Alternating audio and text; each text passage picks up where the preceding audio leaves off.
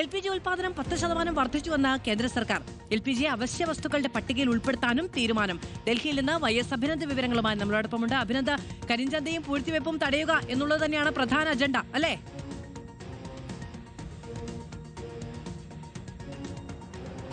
അത് തീർച്ചയായും കരിഞ്ചന്തയും പൂഴ്ത്തിവെപ്പും തടയുന്നതിനുമായിട്ടുള്ള ഇടപെടലാണ് ഇപ്പോൾ കേന്ദ്ര സർക്കാരിന്റെ ഭാഗത്തു നിന്നും ഉണ്ടാകുന്നത്. 1956 അവശ്യ വസ്തുക്കളുടെ കാറ്റഗറിയിലേക്ക് സിലിണ്ടറുകൾ ഈ പാചകവാതകം എത്തിച്ചിരുന്നു. അത് കുറച്ചുകൂടി പരിഷ്കരിക്കാനുള്ള തീരുമാനത്തിലേക്കാണ് കേന്ദ്ര പെട്രോളിയം വകുപ്പ് കടന്നിരിക്കുന്നത്. അതോടൊപ്പം തന്നെ ഗുജറാത്തിലും മഹാരാഷ്ട്രയിൽ നിന്നും ഇപ്പോൾ പ്രതിസന്ധിയാണെന്നുള്ള വാർത്തകൾ പുറത്തു വരുന്നുണ്ട്. അത്തരത്തിലുള്ള പ്രതിസന്ധി ഒന്നുമില്ല എന്നാണ് കേന്ദ്ര സർക്കാർ വൃത്തങ്ങൾ അറിയിക്കുന്നത്.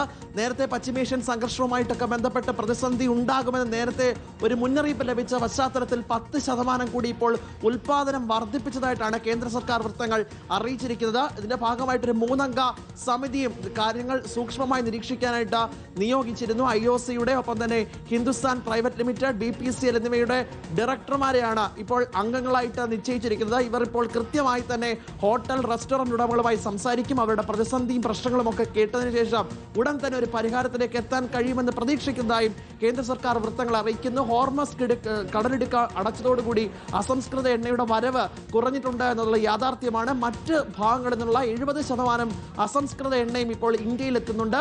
അതിന്റെ ഭാഗമായിട്ട് അധിക ഉൽപാദനം നടത്തണമെന്ന് എണ്ണ ശുദ്ധീകരണശാലകൾക്ക് നിർദ്ദേശം നൽകിയതായിട്ടുമാണ് കേന്ദ്ര പെട്രോളിയം മന്ത്രാലയത്തിന് വൃത്തങ്ങൾ ഇപ്പോൾ വ്യക്തമാക്കുന്നത്. മറ്റൊരു തരത്തിലുള്ള പ്രതിസന്ധിയിലേക്കും തള്ളിവിടില്ല. പശ്ചിമേഷ്യൻ സംഘർഷം അത് തീരുന്ന മുറയ്ക്ക് ഏറ്റവും കൂടുതൽ ഉൽപാദനം നടക്കുന്ന രാജ്യമായി ഇന്ത്യ മാറുമെന്നും കേന്ദ്ര സർക്കാർ പറയുന്നു. LPG പ്രതിസന്ധി രൂക്ഷമായതിനെ തുടർന്ന് ഈ പൂഴ്ത്തിവയ്പ് അടക്കമുള്ള കാര്യങ്ങൾ നിയന്ത്രിക്കുന്നതിന് വേണ്ടി 25 ദിവസത്തെ ഒരു ദിവസപരിധിയൊക്കെ കൊണ്ടുവന്നിരുന്നു.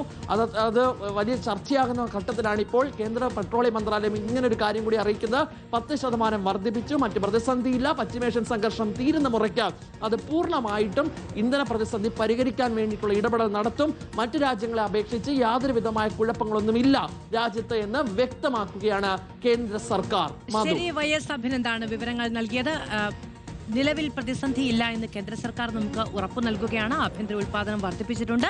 ഏറ്റവും പ്രധാനപ്പെട്ടത് കരിഞ്ചന്തയും പൂഴ്ത്തിവെപ്പും തടയുന്നതിന് വേണ്ടി അവശ്യ വസ്തുക്കളുടെ പട്ടികയിലേക്ക് LPG കൂടി ഉൾപ്പെടുത്തുകയും ചെയ്യുന്നു.